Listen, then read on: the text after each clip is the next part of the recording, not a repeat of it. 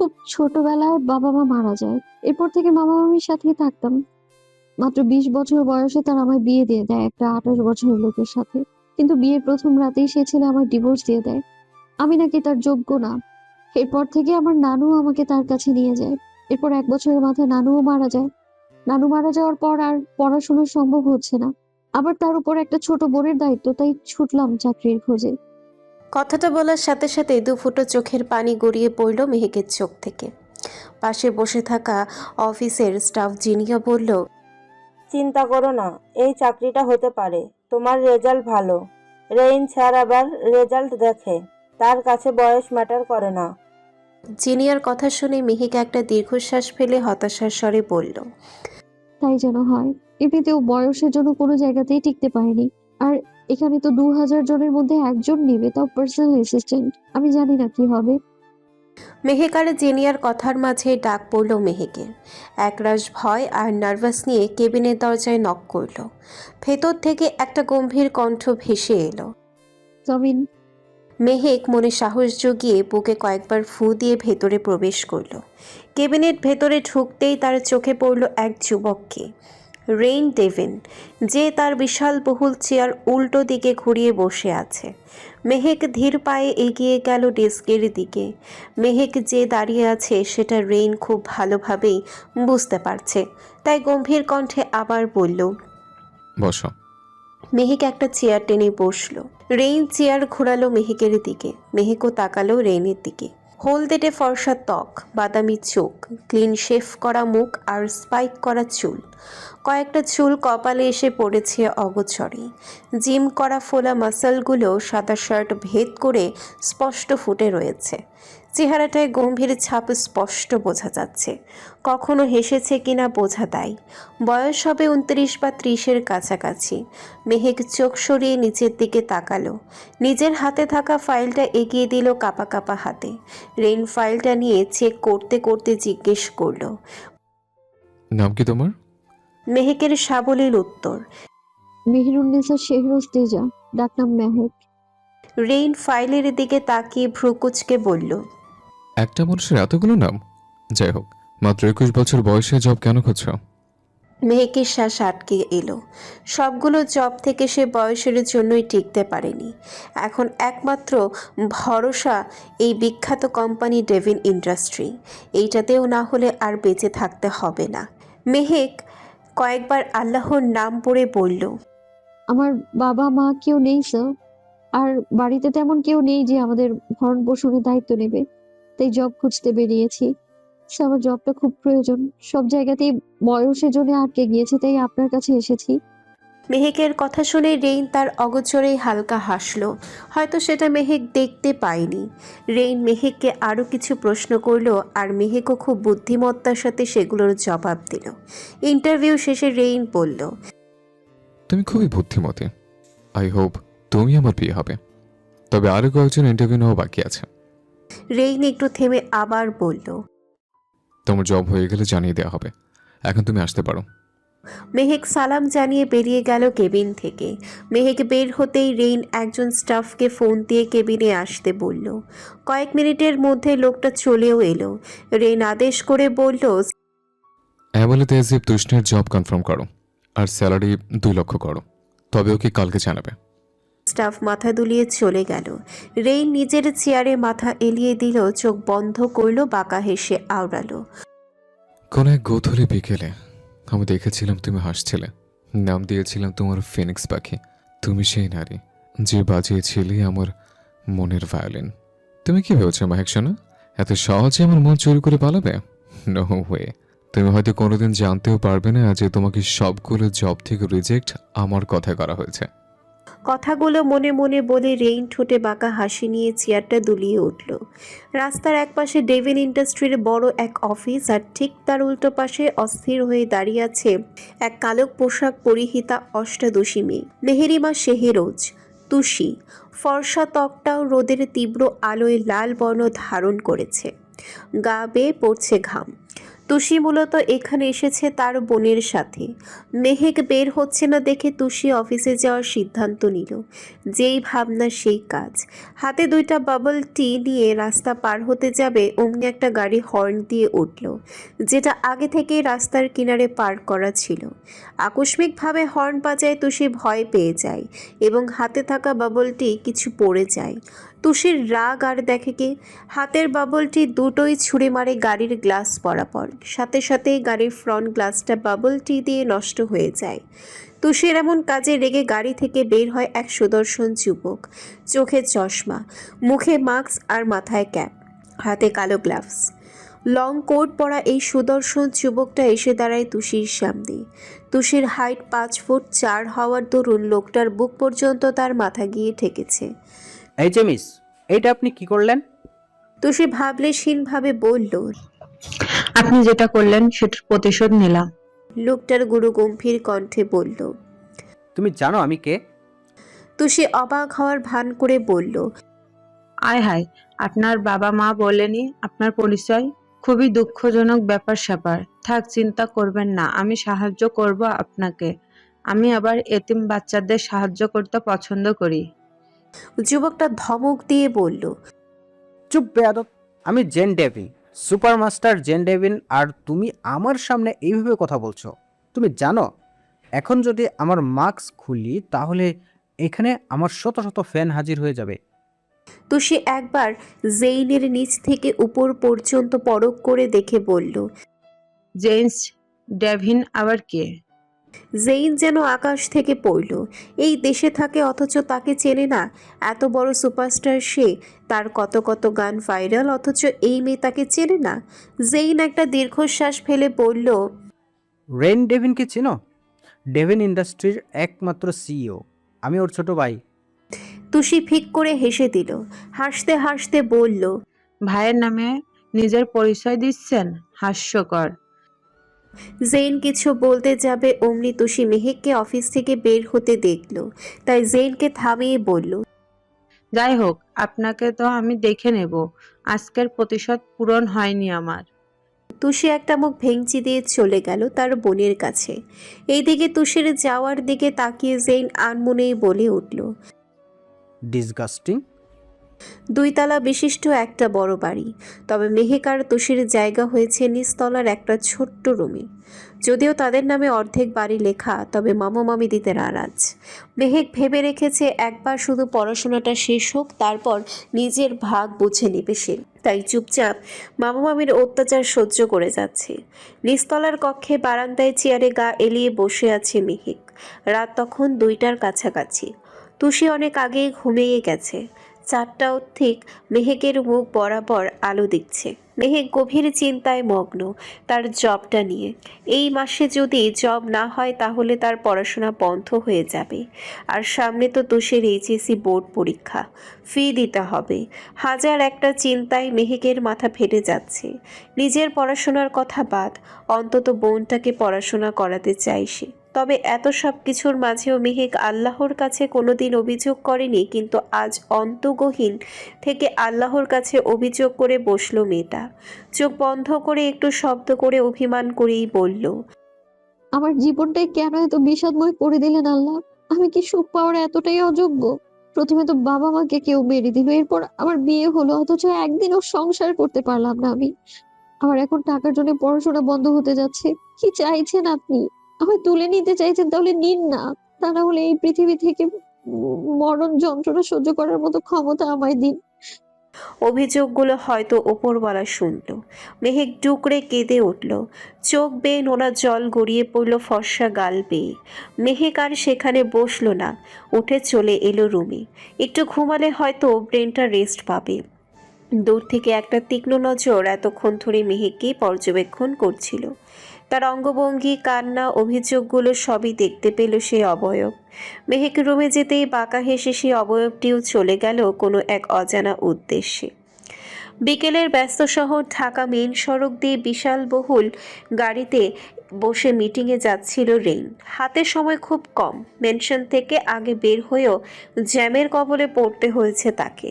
আজকের একটা মিটিং তার কোম্পানিকে আরো বড় করে তুলতে পারে। রেইন ক্ষণে ক্ষণে ঘড়ির দিকে তাকাচ্ছে। গাড়ি কয়েক মিনিট চলছে তো আবার জ্যামের কারণে থামছে। রেইন বিরক্তিতে বাহিরের দিকে তাকিয়ে আছে, তখনই তার চোখ গিয়ে পড়ল লাল চুড়িদার পরিহিতা এক মেয়ের দিকে। গোধূলি বিকেলের মিষ্টি আলোয় মেয়েটার ফর্সা ত্বক জল জল করছে। কোমর ছোঁয়া বাদামি চুলগুলো ঝলমল করছে অন্য এক রূপ নিয়ে। মেয়েটা কয়েকটা বাচ্চাকে চকলেট দিচ্ছে আর তাদের সাথে হাসাহাসি করছে। অজান্তেই মেয়েটাকে নিয়ে কৌতূহল জাগলো। জানালার কাঁচটা নামিয়ে দেখতে পেল মেয়েটাকে। অন্তর্গহীন থেকে অজান্তেই মুখে একটা হাসি নিয়ে আওড়ালো। ফিনিক্স পাখি, আমার ফিনিক্স পাখি। জ্যাম ছেড়ে দিল আর রোলস রয়েস গাড়িটাও চলতে শুরু করলো। যেহেতু সময় কম ছিল তাই ড্রাইভারও তাড়াতাড়ি গাড়ি চালাতে শুরু করলো। গাড়ি এগোনোর সাথে সাথেই রেইন তার ফিনিক্স পাখিকে হারাতে শুরু করলো। অফিসে এসেও রেইন সেই মেয়েটার কথাই ভাবছিল। এমনকি ঠিকমতো মিটিংয়ে মনোযোগও দিতে পারেনি সে।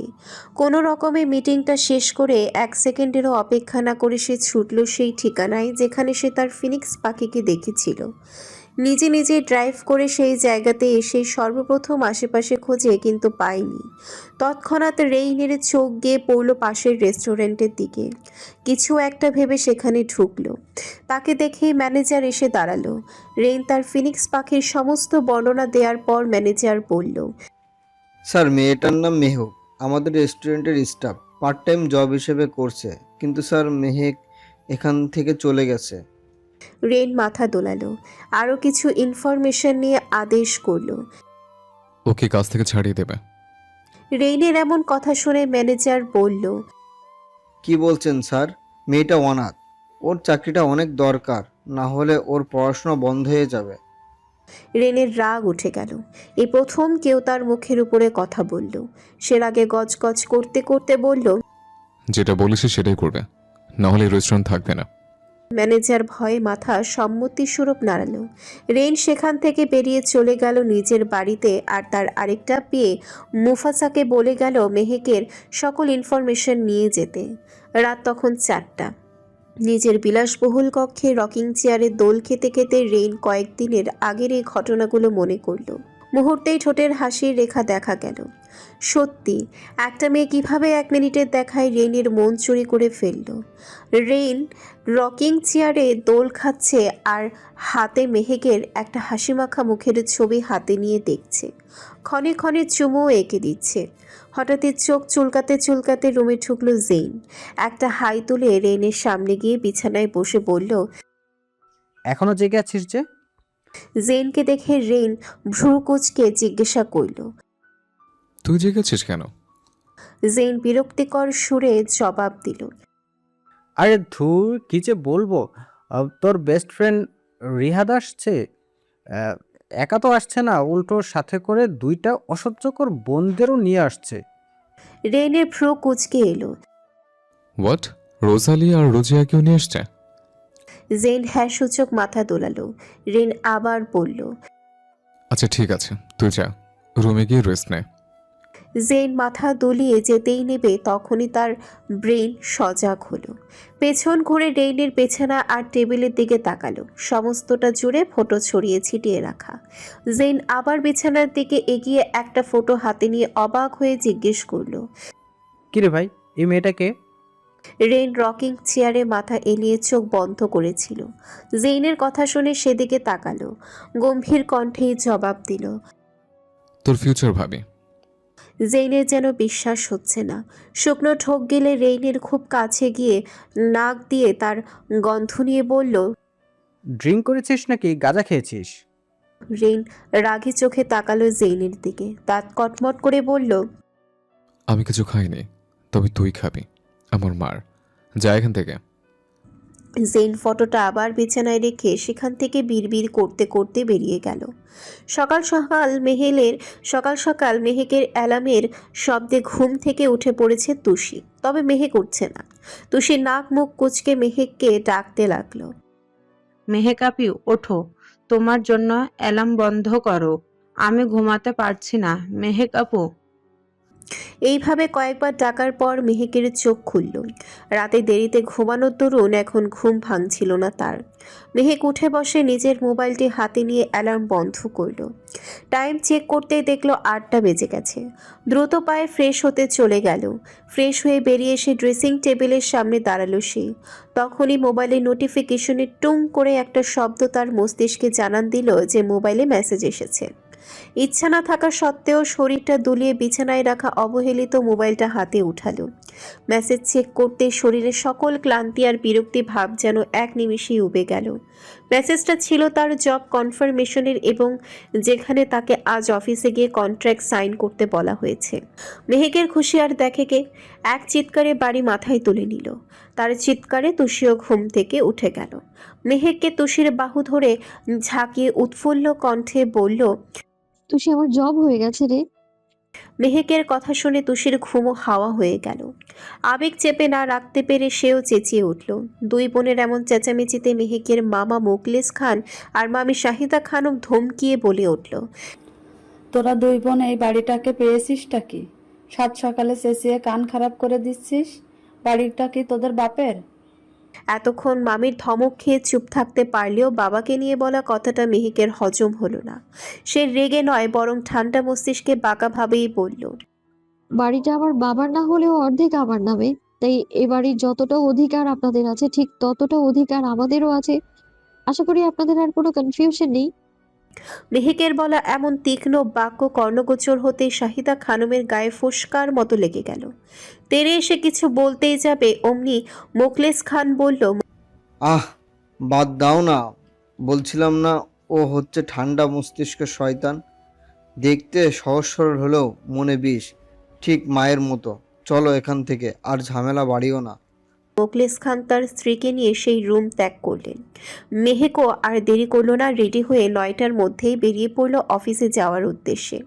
তারা বিশালবহুল কেবিনের পার্সোনাল চেয়ারে গা এলিয়ে দিয়ে এসির নিচে বসে আছে রেইন। পরনের ফর্মাল কোটটা চেয়ারে অজন্তে ঝুলিয়ে রাখা। চোখ তার ল্যাপটপে, অথচ মস্তিষ্ক আর মন দুটোই ফেলে এসেছে তার পাখির কাছে। কখন এসে তার চোখের জ্বালাটা মেটাবে এই মেয়ে? এই মেয়ে কি জানে এখন তাকে দেখার জন্য কি পরিমাণ ইচ্ছে হচ্ছে রেইনের? অবশেষে রেইনের অপেক্ষার অবসান ঘটিয়ে আগমন ঘটল মেহেকের।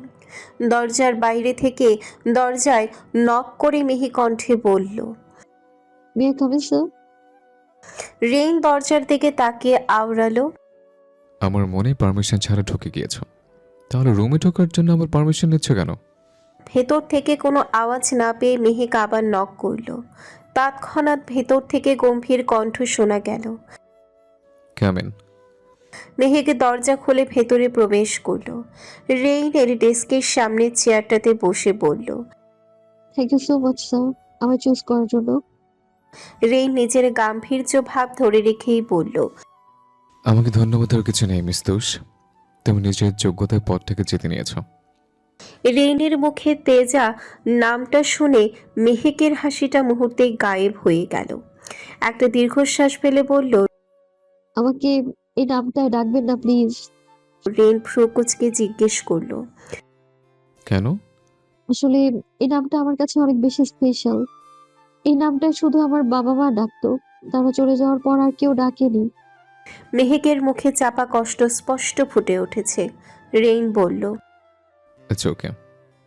মুখে এই কথা বললেও মনে মনে বলল, বাট আমি তো তোমাকে তুষ পাখি বলেই ডাকবো শোনা। মেহেক মাথা দোলালো। রেইন মুফাসাকে ফোন দিয়ে কন্ট্রাক্টরের ফাইল আনতে বলল।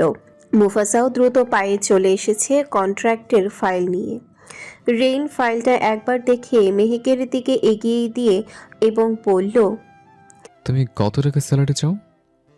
মেহেক ফাইলের দিকে না তাকিয়েই দ্বিধাদ্বন্দ্বে পড়ে কিছু একটা ভেবে বলতেই যাবে 20,000 হলেই চলবে। তখনই রেইন আবার বলল, আমি 2 লক্ষ ফিক্স করেছি। নিজের এক্সপেকটেশনের থেকে এত বেশি শুনে মেহেকের কাশি উঠে গেল। রেইন এক ভ্রু উঁচু করে তাকে পানির গ্লাস এগিয়ে দিয়ে বলল, হেঁটে শুনে কাছে পাচ্ছে, প্রমোশন হলে আরও বাড়বে। নাও এবার কন্ট্রাক্ট সাইন করো। মেহেক একবার পেপারগুলোতে চোখ বোলালো, তবে পুরোপুরি পড়ল না। সাইন করতেই যাবে অমনি রেইন বলল। একবার পড়ে নাও সব ঠিক আছে কিনা। মেহেক তবু অতিরিক্ত খুশিতে না পড়েই সাইন করে দিল। মেহেককে সাইন করতে দেখে রেইন ঠোঁট বাঁকিয়ে হাসলো। কি হতে যাচ্ছে তার সাথে? এইটা কি শুধুই একটা কন্ট্রাক্ট ছিল, নাকি মেহেকের ভাগ্য পরিবর্তনের চাকা? এই পেপারগুলোয় সাইন করে কোনো বেড়াজালে ফাঁসছে না তো সে? দুপুরের অসহনীয় গরমের তাপে যেন পুরো ঢাকা শহর উত্তপ্ত হয়ে আছে। যানবাহন থেকে শুরু করে মানবকুল পশু পাখি সকলে অতিষ্ঠ হয়ে উঠেছে, তবু কেউ ঘরে বসে নেই, বেরিয়েছে নিজেদের তাগিদে বাহিরে। ঠিক তাদের মতোই তুষিও বেরিয়েছে কলেজ থেকে, অতিরিক্ত তাপে ঘেমে নিয়ে একাকার। কলেজের সাদা ইউনিফর্মটাও ভিজে গায়ের সাথে চিপকে আছে। কলেজে যেতে চাইছিল না এই গরমের কারণে, তবুও সামনে বোর্ড এক্সাম, যার জন্য বাধ্য হয়ে যেতে হচ্ছে। কাঁধে ভারী ব্যাগ ঝুলিয়ে হাতে একটা বই নিয়ে সেই দিকেই দৃষ্টি দিয়ে গুনগুন করে পড়ছে আর হাঁটছে। এখন প্রতিটা মুহূর্ত তার জন্য অনেক গুরুত্বপূর্ণ। এবার জিপিএ 5 না পেলে বড় বোনের কথা রাখবে কি করে? তো সে রাস্তার ফুটপাত দিয়ে হাঁটছে, তবে সামনে কে আছে তা দেখছে না, যার ফলে সবাই তাকেই সাইড দিয়ে যাচ্ছে। এভাবেই নিজের রাজত্ব চালাতে চালাতে তুষি হঠাৎ একটা শক্ত সুঠাম দেহের সাথে খেলো ধাক্কা। সাথে সাথে তুষি তেতে উঠে বলল, আরে আজব লোক তো, দেখতে পান না নাকি? যুবকটা তুষির দিকে তাকিয়ে যেই না কিছু বলতে যাবে, অমনি তুষিকে দেখে বলল। তুমি? তুষি এবার চোখ তুলে তাকালো। সামনে জেইনকে দেখতে পেয়ে দাঁত কটমট করে বলল, সমস্যা কি আপনার? সব সময় আমার রাস্তার মাঝে চলে আসেন কেন? জেইনের মুখে সেদিনের মতোই মাস্ক আর ক্যাপ ছিল, যার ফলে তুষি তাকে চিনতে পেরেছে। জেইন তুষির দিকে শান্ত দৃষ্টিতে তাকিয়ে বলল, এই যে মিস, আপনি একবার আপনার আশেপাশে তাকিয়ে দেখুন তো। তুষি আশেপাশে ঘাড় ঘোরালো। সেই রং সাইড দিয়ে এসেছে। পড়তে পড়তে খেয়ালই করেনি যে সে কোথায় যাচ্ছে। তো সে বর্তমানে দাঁড়িয়ে আছে আইসক্রিম গাড়ির সামনে, যেখান থেকে জেইন আইসক্রিম নিতে গাড়ি থেকে নেমেছিল। তুষি নিজের ভুলটা বুঝতে পারল, তবে তার প্রকাশ না করে বলল, হ্যাঁ দেখলামই তো, আপনি তো আমাকে সাইড দিতে পারতেন। জেইন একটা দীর্ঘশ্বাস ফেলল। এমনিতেই গরম, তার উপরে এই মেয়ের এমন মিনিংলেস কথা। জেইন নিজের মুখের মাস্কটা খুলে ফেলল এবং গম্ভীর কণ্ঠে সন্দেহ নিয়ে বলল, এই যে মেয়ে, তুমি কি আমাকে ফলো করছো?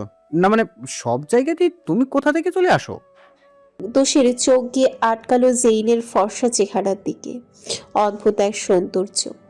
চোখ দুইটা হালকা বাদামি, দাড়িগুলো ক্লিন সেভ করা। তুষি নিজের চোখ সরিয়ে বলল, আমাকে দেখে কি আপনার স্টকার মনে হয়? আর আপনার বুদ্ধি দেখে বলতে হচ্ছে আপনাকে বাদাম খাওয়ানো হয়নি। কলেজ ড্রেস পরে আমি আপনাকে স্টক করব? তুষি একটু থেমে আবার বলল, আর এমনিও আপনাকে দেখে মনে হবে আপনি আমাকে স্টক করছেন। আমার পরনে কলেজ ড্রেস আর আপনার পরনে একটা বাড়ির ইউজ টি শার্ট। এবার বলুন কে কাকে স্টক করছে? জেইন ভ্রু কুঁচকে বলল, আমার এই টি শার্ট বাড়িতে ইউজ করা টি শার্ট। তুমি জানো এটার প্রাইস কত? তুষি ভাবলেশীনভাবে নিজের পা বাড়িয়ে দিয়ে বলল, আপনি জানেন আমার পায়ের জুতার দাম কত? জেইনকে ভাবার সময় না দিয়ে বলল, আপনি ভাবতে থাকুন, আমি আসছি। কথাটা বলার সাথে সাথেই মেয়েটা উধাও। জেইন একটা ফোঁস করে দীর্ঘশ্বাস ফেলে বিরক্তি নিয়ে সেও চলে গেল। এখন আর আইসক্রিম খাওয়ার মুড নেই। মেয়েটা তার ভালো মুডটাকে নষ্ট করে দিয়েছে। মেহেক গালে হাত দিয়ে নিজের কেবিনের ডেস্কের সামনে বসে আছে। সামনে 6টা ফাইল। তার সাথে কি হয়ে গেল এইসব? মেহেক একটা হাত বাড়িয়ে একটা ফাইল চেক করলো। সাথে সাথে ফাইলটা 2 হাত দূরে রেখে নিজেই নিজেকে বলল, মেহেক রে, তুই কেন এত ফর্মালিটিস দেখাতে গেলি? এখন গেলি না ফেসে? মেহেকের মনে পড়ে গেল কিছুক্ষণ আগে তার পাকনামির ঘটনা। কিছুক্ষণ আগে মেহেক ফাইলটাতে সাইন করে রেইনের হাতে দিল। রেইন একবার চেক করে বলল, তাহলে মিস মেহেক, আপনি কাল থেকে জয়েন করবেন আর যাওয়ার সময় অ্যাডভান্স স্যালারিটা নিয়ে যাবেন। রেইনের কথায় মেহেকের চোখ চকচক করে উঠল, তবুও পাকনামি করে ফর্মালিটিস দেখিয়ে বলল। আমি আজ থেকে জয়েন করি। মেহেক ভেবেছিল হয়তো রেইন তাকে না করবে, কিন্তু তাকে অবাক করে রেইন বলল। ঠিক আছে, ওই ডেস্কে 12টা ফাইল আছে, সেগুলো নিয়ে কমপ্লিট করো। আর তোমার কেবিন আমার কেবিনের পাশেরটাই। রেইন আদেশ মাখা বাক্যে মেহেক একটা মেকি হাসি দিয়ে বলল। প্রথম দিনে এতগুলো, আমি অর্ধেকটা নিয়ে যাই আর বাকিগুলো কালকে কমপ্লিট করে দিই। মেহেকের কথায় রেইন পূর্ণ দৃষ্টি দিয়ে তাকালো তার দিকে। প্রথম দিনে ফাঁকিবাজি করছো? মেহেক আমতা আমতা করে বলল। আসলে ফাঁকিবাজি না, ব্যাপারটা হলো আমি তো বাসা থেকে বলে বের হইনি, বুঝতেই তো পারছেন। রেইন মেহেকের অগোচরে হাসলো, তারপর বলল। ঠিক আছে, তাহলে 6টা নিয়ে যাও। মেহেক একটা মেকি হাসি দিয়ে ডেস্কের উপরে থেকে 5টা ফাইল দিল। রেইন সেটা দেখে বলল। মিস মেহেক, আরেকটা। হ্যাঁ, তুমি 5টি ফাইল নিয়েছো, আরেকটা নিয়ে যাও। মেহেক আবারও একটা বাচ্চাদের মতো হাসি দিয়ে এক ফাইল উঠিয়ে এক প্রকার দৌড়ে বেরিয়ে গেল রেইনের কেবিন থেকে। ভাবনা রীতি টেনে মেহেক নিজের মাথায় নিজেই চাটি মেরে কাজে মনোযোগ দিল। তখনই তার কেবিনে এলো জিনিয়া। দরজার সামনে দাঁড়িয়ে আফসোসের স্বরে বলল। ফেসে গেছো। মেহেক অসহায় দৃষ্টিতে তাকালো জিনিয়ার দিকে। জিনিয়া একটু হেসে একটা চেয়ার টেনে মেহেকের পাশে বসতে বসতে বলল। আসলে আমাদের ছাড় এই রকমেরই, যখন যাকে মন চাই কাজে ফাঁসিয়ে দেয়। মেহেক কিছু বলল না। জিনিয়ার আবার বলল। জানো তো মেহেক, স্যার অনেক গম্ভীর আর রাগী হলেও আমাদেরকে অনেক স্নেহ করে। স্যারের তো বাবা মা নেই, তবে সে একমাত্র চাচাকে অনেক সম্মান করে। স্যারের একটা ছোট ভাইও আছে, বয়সে মাত্র 3 বছরের গ্যাপ। তুমি সুপারস্টার জেইন ডেভিলকে চিনো? জেইন ডেভিল হচ্ছে স্যারের ভাই। মেহেক মাথা দুলিয়ে বলল। হ্যাঁ শুনেছিলাম একবার। জিনিয়া মেহেকের পিঠে হালকা চাপড় মেরে বলল। ওকে মেহেক, তাহলে তুমি কাজ করো, আমি পাশের কেবিনেই আছি, সমস্যা হলে ডাক দিও। মেহেক ঘাড় নাড়ালো আর জিনিয়া সেখান থেকে চলে এলো নিজের কেবিনে। মেহেক যেতেই রেন শব্দ করে হেসে দিল। তখনই কেবিনে ঢুকলো জেইন। রেনকে হাসতে দেখে ব্রু নাচিয়ে বলল। কি রে ব্রো, হঠাৎ এমন হাসির কারণ কি ভাবি? অবশ্য ভাবিকে দেখলাম তোর কেবিন থেকে বের হতে। এমনিতে তো সারা বছরে একবার হেসেছিস কিনা সন্দেহ, কিন্তু ভাবিকে দেখে এত সুন্দর হাসি। রেন হাসি থামিয়ে দিল, ফের মুখে গাম্ভীর্য ভাব নিয়ে বলল। তুই নিজের চরকায় তেল দে, আমার কথা না ভাবলেও চলবে। জেইন রেনের কথায় পাত্তা না দিয়ে কাউচে গা বসে গা এলিয়ে দিয়ে বলল। আমি তো আমার চরকায় তেল দিয়েছি, কিন্তু তেল বেশি হয়ে গেছে বলে তোকেও একটু দিতে আসলাম। যাই হোক, তোর বেবি চলে এসেছে, মনে হয় কালকেই অফিসে হানা দেবে। রেন ভ্রু কুচকে বলল। বেবি মানে? কার বেবি? কিসের বেবি? রোজালিয়ার কথা বলছি। রেন বাঁকা হেসে বলল। সাথে রোজিয়াও আসছে? জেইন নাক কুচকে তিরস্কারের সুরে বলল। ছে, এই দুই বোনই কাল নাকিনি। মেহেকের কাজ শেষ করতে করতে সন্ধ্যা হয়ে গেছে। অবশ্য তুষিকে ফোন করে জানিয়ে দিয়েছে সে আসতে দেরি হবে। তুষি যেন পড়তে বসে। মেহেক এসে তার সমস্ত পড়ার পাই টু পাই হিসাব নেবে। মেহেক কাজ শেষ করে অফিস থেকে বেরিয়েছে মাত্র। রেইন বিকালেই চলে গেছে বাসায়। সন্ধ্যা হলে কি হবে? আজকে স্ট্রাইক ছিল, যার ফলে রাস্তায় একটাও গাড়ি নেই। মেহেক কিছুক্ষণ অপেক্ষা করল যে গাড়ি পাওয়া যায় কিনা, কিন্তু না, বাধ্য হয়ে হাঁটা ধরল। অফিস থেকে হেঁটে বাড়িতে যেতে মিনিমাম 1 ঘন্টা তো তার লাগবেই। মেহেক বাড়ির পথ ধরে যত এগোচ্ছে ততই তার মনে আতঙ্ক বাড়ছে। শুধু মনে হচ্ছে কেউ তার পিছু নিচ্ছে। মেহেক পা চালাতে চালাতে একবার থামলো, পেছনে ফিরে তাকাতে আটকে উঠল। তার থেকে বেশ কয়েক কদম দূরে একটা আলখেল্লা পড়া অবয়ব আস্তে আস্তে হাঁটছে। মনে হচ্ছে তারই পিছুও নিচ্ছে। মেহেক একটা শুকনো ঠোক গিলে সামনে ঘুরে আগের বেগেই হাঁটতে লাগলো। সে জানে দৌড়ে কুলিয়ে উঠতে পারবে না, বুদ্ধির সাথে পদক্ষেপ নিতে হবে। মেহেক অনেকক্ষণ যাবৎ হাঁটছে আর সে অবয়বও তার পেছন পেছন আসছে। তবে মেহেকের মনে হচ্ছে সে অবয়ব তার নিরাপত্তার নিশ্চয়তা দিতেই তার পিছু পিছু হাঁটছে। মেহেক হাঁটছিল, হঠাৎ সে খেয়াল করলো রাস্তার এক কোনায় দুইটা যুবক মদ খাচ্ছে আর সিগারেট খাচ্ছে। মেহেক নিজের ওড়নাটা ঠিক করে তাদের সামনে দিয়ে পথ অতিক্রম করলো। মেহেক দেখতে নজর কাড়া সুন্দর, ফর্সা ত্বক আর বাদামি চুল, উচ্চতাও হবে 5 ফুট 5 মতো। এই সন্ধ্যারাতে একটা সুন্দরী মেয়েকে একা যেতে দেখে ছেলে দুইটার মাথা যেন ঘুরে উঠল। পেছন থেকে সিটি বাজিয়ে বলল, এই সুন্দরী মামনি, কোথায় যাচ্ছ? চলো আমরা পৌঁছিয়ে দিই। মেহেক পেছন ফিরে তাকালো না, হাঁটতে লাগলো সামনের দিকে। কিছুক্ষণ ধরে ছেলেগুলো তাকে ফলো করছে আর বিশ্রী ভাষায় ডাকছে। মেহেকের গা গুলিয়ে আসছে। হঠাৎ পেছন থেকে আওয়াজ আসা বন্ধ হয়ে গেল। মেহেক সন্দেহবশত পেছনে তাকালো। মেহেক যা দেখলো তাতে কিছুটা থম মেরে রইল। সে অবয়বটা ছেলে দুটোর সাথে কথা বলছে। মেহেক যেন সুযোগ পেল। আর কিছু দূর গেলেই তার বাড়ি। তাই আর ব্রেন না খাটিয়ে এক দৌড় লাগালো। মুহূর্তেই নিজেকে সেই তিনজনের নজরের বাইরে নিয়ে এলো। সে মাতাল ছেলে দুইটার কাঁধে হাত দিয়ে ধরে দাঁড়িয়ে আছে আল খেল্লা পড়া অবয়বটি। মুখ ঢাকা, তাই তার হিংস্র চেহারাটা তারা দেখতে পেল না। অবয়বটির আগে কটমট করে বলল, তোদের সাহস হয় কিভাবে আমার পাখির দিকে নজর দেওয়ার? ছেলে দুইটা বিশ্রীভাবে হেসে বলল, তোর পাখি, তাহলে আমাদেরকেও একটু ভাগ দিস। কথাটা শেষ হতে না হতে অবয়বটি তাদের দুজনেরই দুই পায়ের মাঝে একটা লাথি দিল, যার ফলে ছেলে দুইটা ব্যথায় রাস্তায় শুয়ে কাতরাতে শুরু করলো। অবয়বটি তার পকেট থেকে একটা বন্দুক বের করলো এবং ছেলে দুইটার নিষিদ্ধ অঙ্গে গুলি করে দিল। ছেলে দুইটা ব্যথায় চিৎকার করতে শুরু করেছে। অবয়বটি আর সেখানে দাঁড়ালো না, নিজের পথ বেছে সেখান থেকে চলে গেল এবং যাওয়ার আগে কয়েকটা কথাই আওড়ালো। আমার পাখির দিকে নজর দিলে চার মেরে ফেলবো। ও শুধু আমার, শুধুই আমার। নিস্তব্ধ নিশীথে গভীর ঘুমে সকলেই মগ্ন। শান্ত পরিবেশকে কিছুক্ষণ পরপর ভুতুড়ে করে তুলছে প্যাঁচার ডাক। পাশাপাশি বারবার ইলেকট্রিসিটির যাওয়া আসা তো আছেই। মেহেকের বাড়ির সামনে রাস্তার সোডিয়ামের চিমচিমে আলোর নিচে দাঁড়িয়ে আছে এক অবয়ব। পরনের কালো আল খেল্লা, মুখটা এমনভাবে ঢেকে রেখেছে যে দেখার উপায় নেই। অবয়বটির হাতে একটা গোলাপ ফুল, যার ডাটা থেকে খুব যত্ন সহকারে উঠিয়ে নেওয়া হয়েছে সকল কাটা।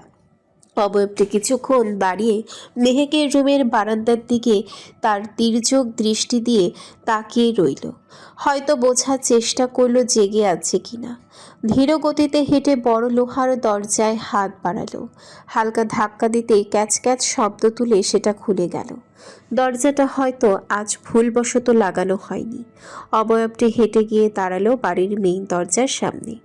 দরজাটাই ছিল পাসওয়ার্ড লক সিস্টেম, তাই নিজের জানা পাসওয়ার্ড চাপতেই দরজাটা খট করে খুলে গেল। দরজা খুলতেই তার মুখে ফুটে উঠল বাঁকা হাসি। রহস্যময় সেই হাসি আর আড়াল হলো কাপড়ের নিচে। অবয়বটি আর না দাঁড়িয়ে ভেতরে ঢুকে দরজা লাগিয়ে দিল। ধীরে ধীরে মেহেকের রুমে গেল। দরজাটা হালকা আওয়াজে খুলে ফেলল। মেহেক বিছানায় উপর হয়ে ঘুমাচ্ছে আর তার পাশে তুষি কাত হয়ে শুয়ে আছে। অবয়বটি ধীর পায়ে মেহেকের বিছানার পাশে গিয়ে দাঁড়ালো। নিজের মাথা থেকে আলখেল্লার কাপড়টা সরাতেই বাহিনী থেকে আসা আবছা আলোয় তার মুখ দেখা গেল। Rain Devin. রেইন নিজের হাতের ফুলটা মেহেকের বিছানার পাশে রাখলো এবং তার পাশে বসে পড়ল। কিছুক্ষণ তাকিয়ে থেকে তার কপাল থেকে ছোট ছোট অবাধ্য চুলগুলো কানের পেছনে গুজে দিল। ঘুমের মাঝে কপালে হালকা সুরসুরি অনুভব হতেই মেহেকের কপাল কুঁচকে সোজা হয়ে ঘুমালো। রেইনের এতে কোনো ভ্রুক্ষেপ নেই, আর নেই মুখে কোনো আতঙ্ক যে মেহেক জেগে যেতে পারে, কারণ এই ব্যবস্থা সে আগেই করে রেখেছে। রেইন মেহেকের দিকে অপলক দৃষ্টি তাকিয়ে আছে। মেয়েটা এত কিউট কেন সে ভেবে পায় না। মেহেকের ফর্সা গাল দুইটা দেখে রেইনের একটু লোভ হলো চুমু খাওয়ার। যেই ভাবনা সেই কাজ। টপাটপ দুই গালে কয়েকটা চুমু খেয়ে নিল। এরপর কপালে একটা গভীর চুমু দিয়ে গালে বৃদ্ধাঙ্গুলি দিয়ে স্লাইড করতে করতে বলল, Do you know, babe, you're so soft. ইচ্ছে করে তোমায় খেয়ে ফেলি।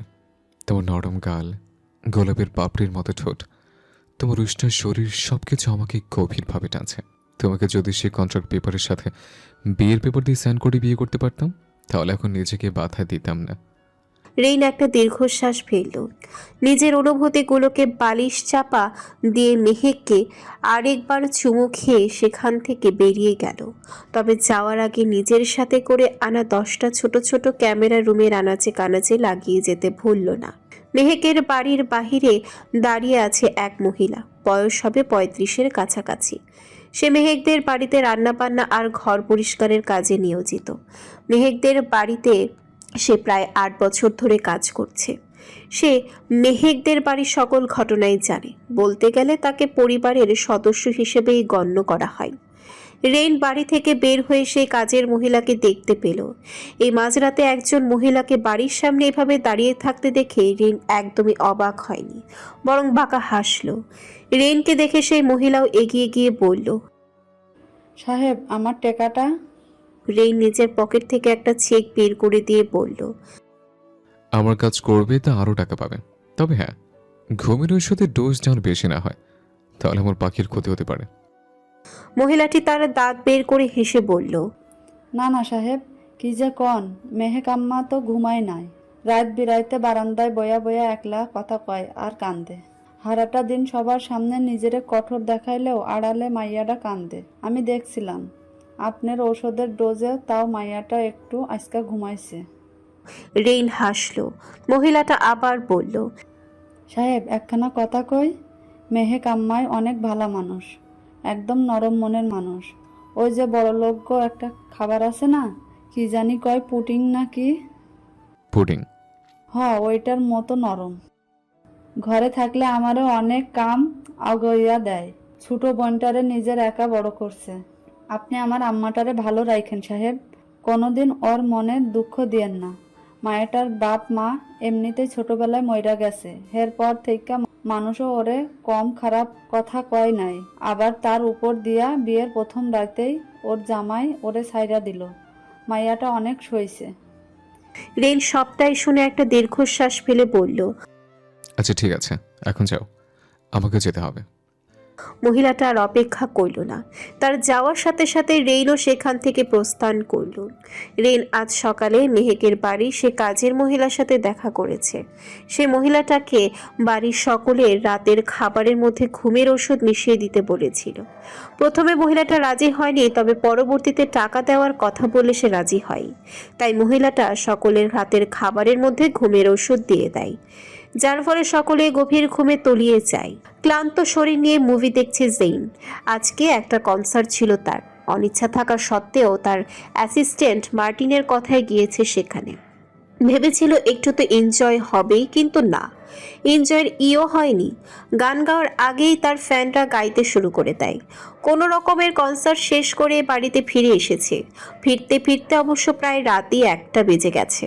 তাই সিদ্ধান্ত নিল একটা মিডনাইট মুভি দেখেই ঘুমাবে। মুভি দেখতে দেখতে ভোর 4টা বেজে গেল। টিভি অফ করে বিছানায় বালিশ নিয়ে উপর হয়ে শুয়ে পড়ল সে। তবে আজব বিষয়, তার ঘুম আসছে না। অনেক চেষ্টার পরও যখন ঘুম এলো না, তখন সময় কাটানোর জন্য এই কয়েকদিনে ঘটে যাওয়া সমস্ত ঘটনা ভাবতে লাগলো। আকস্মিকভাবে তুষির কথা মনে পড়তেই জেইনের মুখে হাসি ফুটে উঠল। নিজেই নিজেকে বলল, মেয়েটা এত ফানি কেন? রাগিয়ে দিয়ে চলে যায়, অথচ ওর মিনিংলেস কথা মনে পড়লে হাসি পাসে। জেইন ভাবল তুষির ব্যাপারে। হাসি আসছে প্রচুর। জেইনের সাথে দুদিন দেখা হয়েছে তুষির, অথচ তুষির কথাগুলো তার মস্তিষ্কে গেঁথে গেছে। তবে আজ দেখা হয়নি তার সাথে। জেইন এক পর্যায়ে ভাবতে ভাবতে ঘুমিয়ে গেল। সকালের উষ্ণ আলো চোখে পড়তেই মেহেকের ঘুম ভেঙে গেল। আস্তে আস্তে চোখ খুলে উঠে বসল। মাথাটা প্রচুর পরিমাণে ভার হয়ে আছে। ঘুমের ঘোর এখনো কাটেনি। সময় দেখার উদ্দেশ্যে ফোনটা হাতে নিতেই দেখল 8:30। ঘুম ছুটে পালালো তার। আজ তার হিসাব মতে অফিসে প্রথম দিন। 9টার অফিসে পৌঁছাতে হবে। মেহেক তাড়াতাড়ি ফ্রেশ হয়ে কোনো মতো রেডি হয়ে নিল। বিছানার পাশ থেকে মোবাইল নিতে গিয়ে খেয়াল করলো একটা গোলাপ ফুল রাখা। মেহেক গোলাপ ফুলটি হাতে নিল। ভ্রুযুগল কুঁচকে তাকিয়ে রইল কিছুক্ষণ। এই গোলাপ ফুল এখানে এলো কি করে? নিশ্চয়ই দোষী রেখেছে। মেয়েটা আর বড় হলো না, এখনো মাঝে মাঝে কলেজ ফেরার পথে মেহেকের জন্য প্রায় ফুল নিয়ে আসে মেয়েটা। বড় বোনকে বড্ড ভালোবাসে কিনা। মেহেক আর বেশি কিছু ভাবলো না, দ্রুত গোলাপ ফুলটা টেবিলে রেখে না খেয়ে বেরিয়ে গেল অফিসে যাওয়ার উদ্দেশ্যে। অফিসে পৌঁছাতে পৌঁছাতে মেহেকের 9টা 5 বেজে গেছে। মেহেক এক প্রকার দৌড়ে গেল রেইনের বিলাসবহুল কেবিনে। নক করতে ভেতরে থেকে আওয়াজ এলো। কামিন। মেহেক তাড়াহুড়ো করে ভেতরে প্রবেশ করলো। দরজা খুলে ভেতরে ঢুকতেই রেইনের সাথে একটা যুবককে দেখে সে থমকে গেল, যেন পৃথিবী নড়ে উঠল তার। অজান্তেই চোখ ভরে উঠল। কাঁপা কাঁপা কণ্ঠে মুখ থেকে বেরিয়ে এলো একটা শব্দ। আপনি? মেহেক হতবম্ব হয়ে দাঁড়িয়ে আছে। রেইনের সামনে বসে থাকা যুবকটি ছিল রেইনের বেস্ট ফ্রেন্ড রিহাত তালুকদার। রিহাতও মেহেককে বেশ ভালোই অবাক হয়েছে।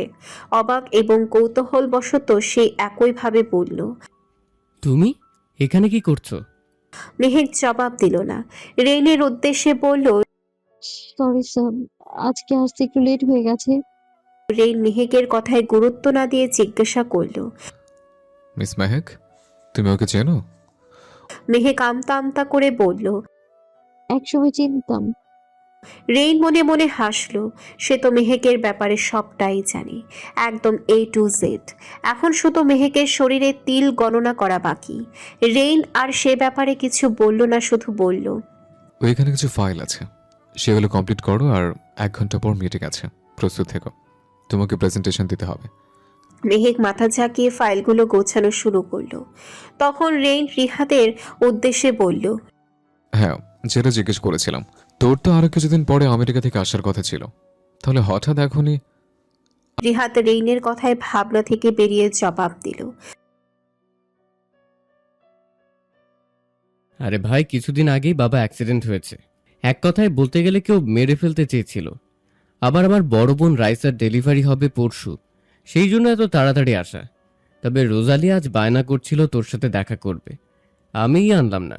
একবার গিয়ে দেখা করে আসিস। রেইন শক্ত কণ্ঠে বলল। আমার হাতে ফালতু টাইম নেই, দেখা করতে হলে ওকে আসতে হবে। রিহাত আর রেইনের কোনো কথার কোনো কিছুই মেহেকের কর্ণগোচর হলো না। সে চুপচাপ ফাইল গুছিয়ে নিয়ে বেরিয়ে গেল কেবিন থেকে। মেহেক কেবিন থেকে যেতেই রিহান রেইনকে জিজ্ঞাসা করল। মেহেক এইখানে কিভাবে এলো? রেইন গম্ভীর কণ্ঠে জবাব দিল। আমার বিয়ে। রিহাত আরাম করে বসার ভঙ্গিমায় বলল। ওকে, আমার পিএ হিসেবে ট্রান্সফার করে দে। রেইন জিভ দিয়ে গাল ঠেলে ফেলল, বলল। সরি, আমি এটা করতে পারছি না। ওর মতো একটা ব্রিলিয়েন্ট মেয়েকে আমি তোর বিয়ে হিসেবে দিতে পারবো না, আর এমনিতেও আমার পার্সোনাল ম্যাটার তোর কথায় চলবে না। রেইনের কথায় রাগ প্রকাশ পেলেও দৃষ্টি স্বাভাবিক। রিহাত আর রেইনের সাথে তর্ক করল না, হুড়মুড় করে বেরিয়ে গেল মেহেকের কাছে যাওয়ার উদ্দেশ্যে। রেইন আর বাধা দিল না। মেহেক ফাইলগুলো এনে নিজের কাজ করতে ব্যস্ত। রিহাদের কথা সে মাথা থেকে ছেড়ে ফেলেছে। শুধু শুধু নিজের প্রাক্তন স্বামীর কথা সে মাথায় আনতে চাইছে না। হ্যাঁ, রিহাত তালুকদার তার সেই প্রাক্তন, যে বিয়ের প্রথম রাতেই তার মুখে ডিভোর্সের কাগজ ছুঁড়ে দিয়েছিল এবং 6 মাস পর আইনগতভাবে ডিভোর্স দিয়েছিল এবং সমাজের কাছে ছড়িয়েছিল যে তার চরিত্র ভালো না। এই ঘটনার পর মেহেক অনেক ভেঙে পড়েছিল। ইচ্ছা ছিল না বাঁচার, তবে বোনের কথা ভেবে সবকিছু সহ্য করে গেছে। এখন তার সে পুরনো কথা মনে করতে চায় না। কেমন আছো? একটা গম্ভীর কণ্ঠ শুনে মেহেক পেছনে তাকালো। রিহাতকে দেখে মেহেক নিজের কাছে মনোযোগ দিল। রিহাত এমনিতে দেখতে অনেক হ্যান্ডসাম, তার উপরে গায়ের কালো শার্টটা পেটানো আর ফর্সা দেহের সাথে ভালোই মানিয়ে চুলগুলো স্পাইক করে গোছানো। মেহেকের উত্তর না পেয়ে রিহাত হালকা হেসে তার পাশে চেয়ার টেনে বসে পড়ল। উত্তর দিলে না যে? মেহেক একটা দীর্ঘশ্বাস ফেলে পূর্ণ দৃষ্টি রিহাতের দিকে তাকালো এবং কণ্ঠে তাচ্ছিল্যের সুর টেনে বলল। এতক্ষণ ভালোই ছিলাম। মেহেকের পূর্ণ দৃষ্টিতে রিহাত আর মেহেকের চোখাচোখি হলো। রিহাত আজ প্রথমবার দেখল মেহেকের সৌন্দর্য। বাদামি টানা টানা চোখ, উষ্ণ গোলাপি ঠোঁট, সরু নাক, হালকা ফোলা গাল। বিয়ের আগে তো নিজের ইচ্ছার বিরুদ্ধে কথা বলেছে, এমনকি তার দিকে তাকায়ওনি। এখন সে বুঝতে পারছে বাবার কথায় সে কি ভুল করেছে। রিহাত একটা শুকনো ঢোক গিলে বলল। মেহেক, আমি জানি তুমি আমার উপর রেগে আছো। আমি আমার কাজের জন্য সত্যি অনেক লজ্জিত। যেদিন তোমার আর আমার ডিভোর্স হলো সেই দিন আমার কোনো অনুভূতি ছিল না, ঠিকই, তবে পরে আমি আমার ভুলটা বুঝতে পেরেছি। মেহেক ভ্রু টান টান করলো, ভাবলেশীন ভাবে বলল। তাতে আমি কি করব? রিহাদ অসহায় কণ্ঠে বলল। আমাকে কি ব্যাক নেওয়া যায় না? আমি তোমাকে অনেক মিস করি। মেহেক হেসে ফেলল। ইতোমধ্যেই তার ঘাড় তেরা মার্কা উত্তর রেডি। একটা দীর্ঘশ্বাস ফেলে নিজের চেয়ারে গা এলিয়ে দিয়ে বলল। আমি আমার স্কুলের টিচারকে অনেক মিস করি, তাই বলে কি আমি স্কুলে ভর্তি হব? মেহেকের কথায় রিহাদ দমল না। সে আবার বলল। দেখো মেহেক, আইন অনুযায়ী কথাটা শেষ না হতেই মেহেক বলল। যদি সব আইন মানতে হয় তাহলে আপনি এখন জেলে থাকতেন, তাই আইনের কথা তুলবেন না। আইন সম্পর্কে আমার খুব ভালো ধারণা আছে। রিহাদ এবার গলার স্বর টান টান করে বলল। তাহলে তুমি আমার কথা মানবে না? রেইন তোমার স্যালারি কত দেয়? আমি তোমাকে সেটা ডাবল দিব। তুমি আমার পিএ হয়ে যাও। মেহেক তাচ্ছিল্য হেসে বলল। আমি মেহেরুন নেসা শেহরোজ তেজা, লোভী নই যে আত্মসম্মান বিসর্জন দিয়ে আপনার পেছনে ছুটবো আমি। আপনি আমার পুরো 14 জেনারেশনের সম্পত্তি আমাকে দিয়ে দিলেও আপনার সাথে আমি যাচ্ছি না। রিহাদ রাগে গজ গজ করতে করতে উঠে দাঁড়ালো এবং বলল। এর শেষ আমি দেখে ছাড়বো মেহেক। আমিও দেখবো তুমি এই চাকরি কতদিন করো। চাকরি চলে গেলে আমার এখানে এসো, তোমার জন্য আমার দরজা সবসময় খোলা। কথাটা বলে রিহাদ সেখান থেকে বেরিয়ে গেল। মেহেক চোখ বন্ধ করে একটা শ্বাস নিয়ে নিজের কাজে মনোনিবেশ করল। মেহেক আর রিহাদের কথোপকথন এতক্ষণ যাবৎ রেইন সবই সিসিটিভি দিয়ে দেখেছিল। রাগে সে তার হাতে থাকা কলমটা ভেঙে ফেলল। কাজটা তুই ঠিক করলি না রিহাদ। আমার পারমিশন ছাড়া আমার পাখির সাথে কথা বললি তুই, এর ফল তো তোকে পেতেই হবে। কিছুক্ষণ আগেই মেহেক আর রেইন মিটিং রুম থেকে বেরিয়েছে। মেহেক অনেক ভালোভাবে গুছিয়ে প্রেজেন্টেশন দিয়েছে এবং রেইনের ডিলটাও হয়ে গেছে, তাই রেইনও অনেক খুশি। মেহেক আর রেইন এলিভেটরের দিকে হাঁটছে, উদ্দেশ্য 4 তলা থেকে 6 তলায় যাওয়া।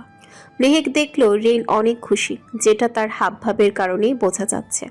মেহেক সুযোগ বুঝে বলে উঠল। স্যার, আপনার সাথে কিছু কথা আছে। রেইন থমথমে মুখে তাকালো মেহেকের দিকে। বলো। মেহেক আমতা আমতা করে বলল। আসলে তো আমার তো ভার্সিটি আছে, আপনি তো জানেনই। এখন ভার্সিটিতে অ্যাসাইনমেন্টের কিছু ঝামেলা আছে, তাই সেখানে যেতে হবে। আমার সপ্তাহে 2 দিন করে ছুটি লাগবে। আমি নইলে সেই দিন 2 দিনের জন্য ওভারটাইম কাজ করে দিব। রেইন হ্যাঁ সূচক মাথা নাড়ালো, তবে মনে মনে বলল। তুমি যা চাও সবই পাবে শোনা, তবে আজকের জন্য তোমাকে শাস্তি পেতে হবে। রেইন বলল ঠিকই, কিন্তু কি করবে সেটা তো সে জানে না। ইতোমধ্যে রেইন আর মেহেক এলিভেটরের সামনে এসে হাজির। যারা এলিভেটরের ভেতরে গেল, এলিভেটর চলতে শুরু করলো, কিন্তু হঠাৎ সেটা বন্ধ হয়ে গেল, যার ফলে মেহেক অনেক ভয় পেয়ে গেল। কাপা কাপা কণ্ঠে বলল। লিফট বন্ধ হয়ে গেল কেন? এলিভেটর বন্ধ হওয়ার রেইনের মুখ থেকে বেরিয়ে এলো একটা শব্দ। শিট, মেবি ইলেকট্রিসিটি চলে গেছে। মেহেক একটা শুকনো ঢোক গিলল। তার ক্লাস্ট্রোফোবিয়া আছে। ছোট বন্ধ জায়গায় তার প্রচুর ভয় লাগে। মেহেক ঘামছে, বারবার আশেপাশে তাকাচ্ছে। তার মনে হচ্ছে এলিভেটরের দেয়ালগুলো তার দিকেই আসছে তাকে চাপা দিতে। সে পারছে না স্বাভাবিক থাকতে, তার শ্বাস চলছে বিদ্যুৎ গতিতে। ইতোমধ্যেই রেইন অফিসের মেন কন্ট্রোল রুমে ফোন করে দিয়েছে।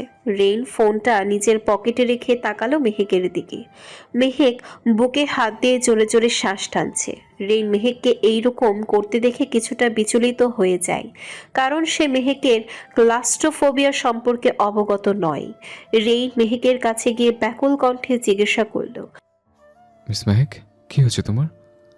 মেহেক ইতোমধ্যে এক হাতে রেইনের হাত খামচে ধরে অন্য হাতে মাথা চেপে বসে পড়েছে। মেহেকের চোখে ধীরে ধীরে অন্ধকার নামতে শুরু করেছে, তাও সে অতি কষ্ট করে বলল। স্যার, আমার বাঁচান, আমার ক্লাস্ট্রোফোবিয়া আছে। আপনি আর কিছুক্ষণ এখানে থাকলে। মেহেক পুরো কথাটা শেষ করার আগেই তার সেন্স হারায়। রেইন যেন পাগল প্রায় অবস্থা। মেহেকের গালে হালকা চাপড় দিয়ে ডাকতে শুরু করলো। মেহেক, আমার শোনা, প্লিজ চোখ খোলো, কিচ্ছু হবে না তোমার। দেখো আমি আছি তো তোমার পাশে, প্লিজ পাখি চোখ খোলো।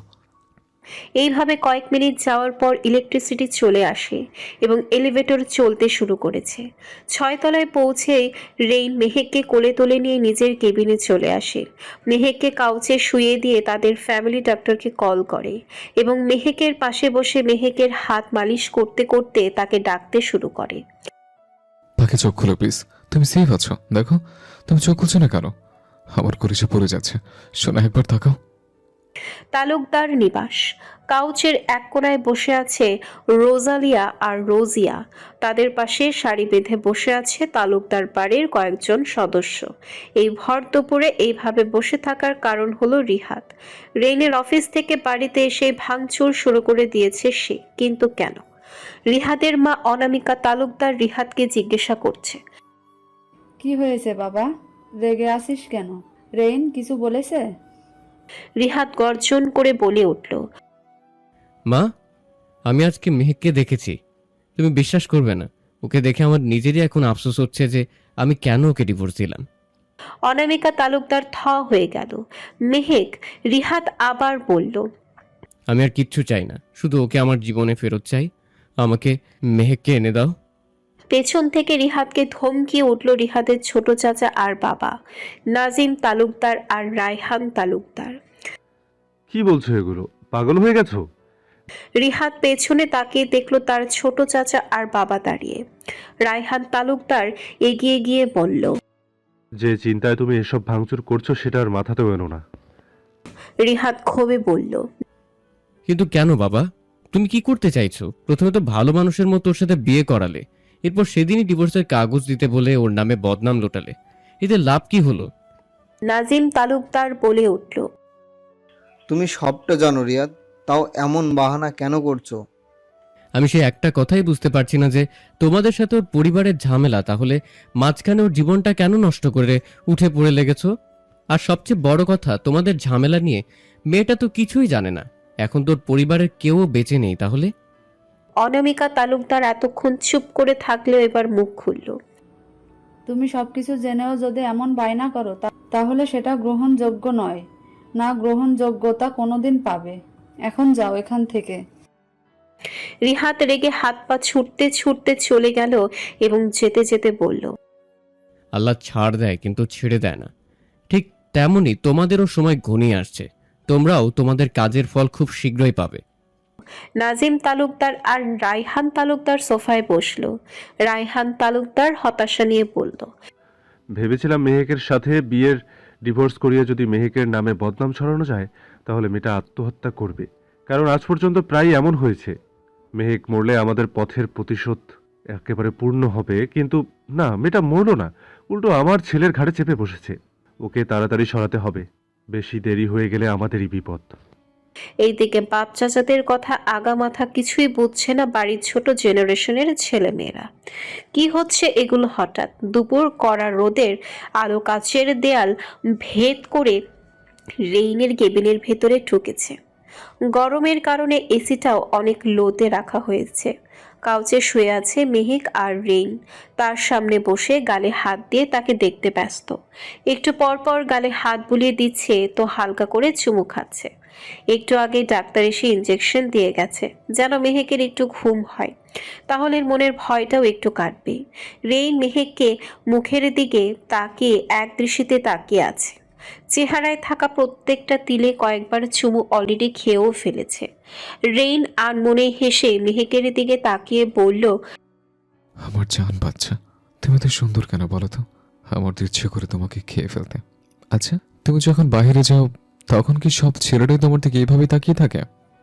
মেহেকে জেগে থাকলে নিশ্চিত বলতো, সবার তো খেয়ে দে কাজ নেই যে আমার দিকে তাকিয়ে থাকবে। রিন এক দীর্ঘশ্বাস ফেলল।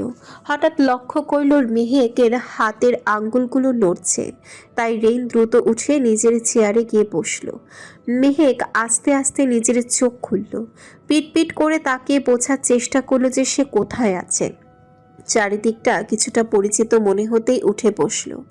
আশেপাশে তাকিয়ে দেখলো কেউ আছে কিনা। তখনই রেন গম্ভীর কণ্ঠে বলল, এখন কেমন লাগছে মিস মেহেক? মেহেক চকিত নয়নে পেছনে ফিরল।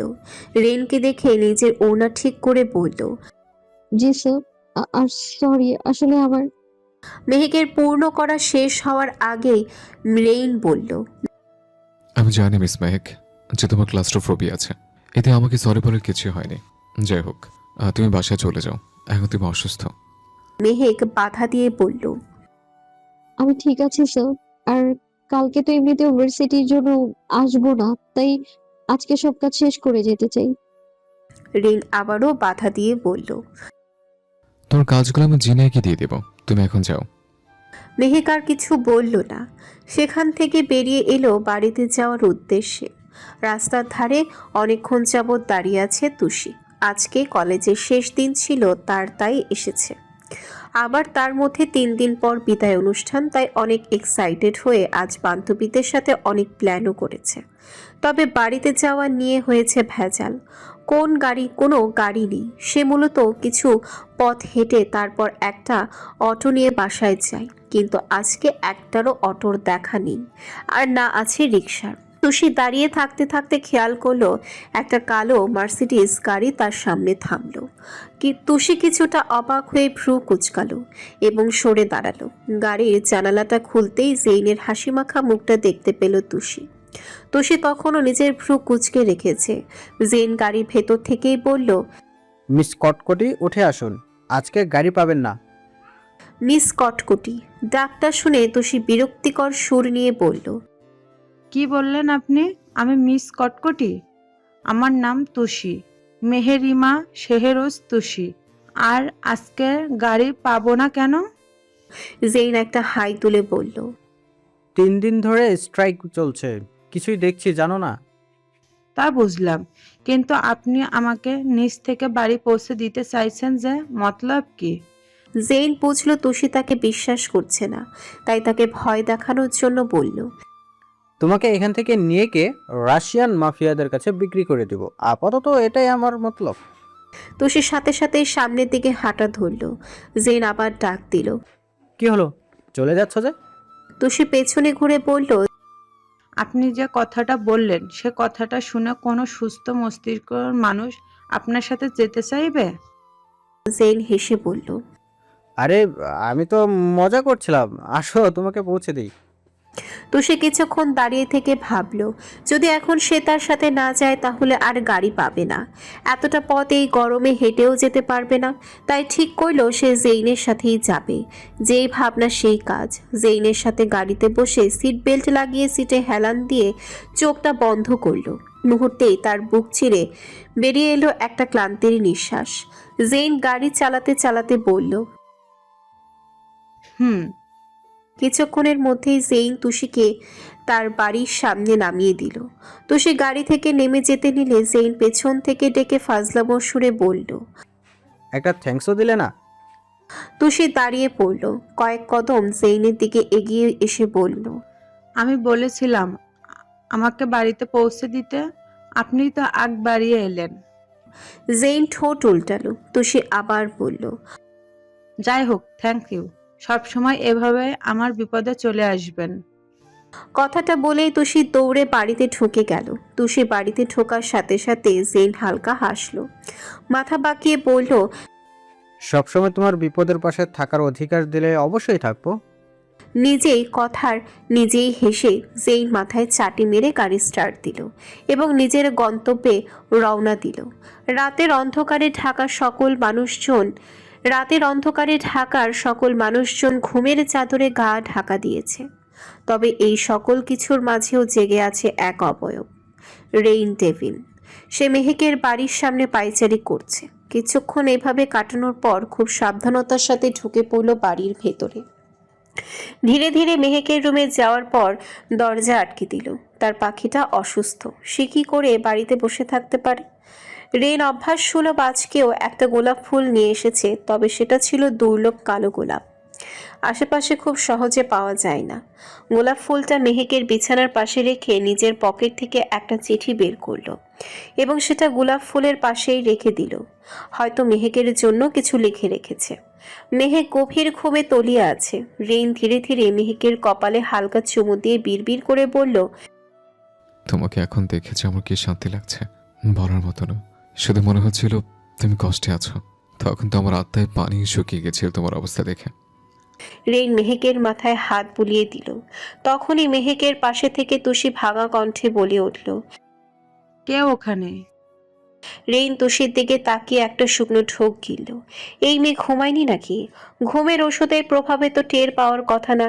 তুষি ভালোই টের পাচ্ছে যে তাদের দুজনের ব্যতীত এই রুমে অন্য কেউ আছে, তবে চোখ খুলতে পারছে না। হালকা খুললেও ঘোলা দেখছে। তুষি আবার বলল। কে? রেইন আর দাঁড়ালো না। তুষির চোখের আড়াল দিয়ে দ্রুত বেরিয়ে গেল বাড়ি থেকে। এই মেয়ের জন্য সে মেহেকের সাথে আজকে বেশিক্ষণ থাকতে পারেনি। এর একটা ব্যবস্থা করতে হবে। তুষি উঠে বসলো। ততক্ষণে রেইনও চলে গেছে রুম থেকে। তুষি মেহেককে ডাকলো। মেঘ আপু ওঠো, দেখো তো কেউ এসেছে কিনা। মেহেককে কয়েকবার ডাকার পর মেহেক ঘুম ঘুম চোখে তাকালো। উঠে বসে লাইট জ্বালালো। কোথায়? কেউ তো নেই। তুই মনে হয় ভুল দেখেছিস। তুষি আবার শুয়ে পড়তে পড়তে বলল। হয়তোবা। সকাল সকাল মেহেক ঘুম থেকে উঠে গেছে। প্রচুর মাথা ব্যথা তার। এখনই উঠে ওষুধ খেতে হবে। মেহেক বিছানা থেকে নামতেই তার চোখে পড়ল একটা কালো গোলাপ আর চিঠি। মেহেকের ভ্রুযুগল কুচকে এলো কালো গোলাপটা দেখতেই। মেহেক ফুলটা হাতে নিল। ঘুরিয়ে ঘুরিয়ে দেখল গোলাপটার সমস্ত কাঁটায় খুব যত্ন সহকারে উপড়ে ফেলা হয়েছে, যেন হাতে ব্যথা না পায়। মেহেক এরপর চিঠিটা হাতে নিয়ে খুলল। কালো রঙের শক্ত কাগজের উপরে রাজকীয়ভাবে গোল্ডেন কালি দিয়ে লেখা চিঠিটা। সে পড়তে লাগলো। আমার পাখি, কেমন আছে সোনা? তুমি জানো, তোমার যখন অসুস্থতার কথা জানলাম তখন আমার কি অবস্থা হয়েছিল? সে যাই হোক, ঠিকমতো ওষুধ খেয়ে নিও পাখি। এখন তো আমি তোমার কাছে আসতে পারবো না, তাহলে আমি নিজেই তোমার যত্ন নিতাম। নিজের যত্ন করো আর নিজেকে প্রেশার দেওয়া বন্ধ করো। আমি কিন্তু তোমাকে সবসময় দেখি। একটা কথা মনে রেখো, তুমি সম্পূর্ণটাই আমার। আমি চাই না আমার জিনিসের কোনো ক্ষতি হোক। আর এই দুর্লভ কালো গোলাপটা শুধু তোমার জন্য পাখি। আশা করি তোমার ভালো লাগবে। কাঁটাগুলো নিজের হাতে উপরে ফেলেছে, যেন তোমার হাতে না লাগে। সবশেষে একটা কথা, আমি কে কিংবা এই চিঠি কার লেখা এসব নিয়ে ভাবতে গিয়ে নিজের মাথা খেও না। সময় হলে ঠিক সামনে আসবো আর তোমাকে নিজের করে নিয়ে যাব। ভালো থেকো, ভালোবাসি শোনা। এতে তোমার ফিউচার। চিঠিটা পড়েই যেন মেহেকের মাথায় বাজ পড়ল। এই চিঠিটা কে দিল তাকে? তাও আবার রুমের ভেতরে রেখে গেছে। তুষি মজা করছে না তো? মেহেকের ভাবতে ভাবতেই তৎক্ষণাৎ মনে পড়ল রাতের কথা। তুষি যখন খেয়াল করেছিল যে ঘরে কেউ ঢুকেছে, তুষি কি তার মানে ঠিক দেখেছিল? আচ্ছা, সে ব্যক্তি দিয়ে যায়নি তো? ভাবনা ছেদ ঘুটিয়ে তুষি পেছন থেকে ডেকে উঠল।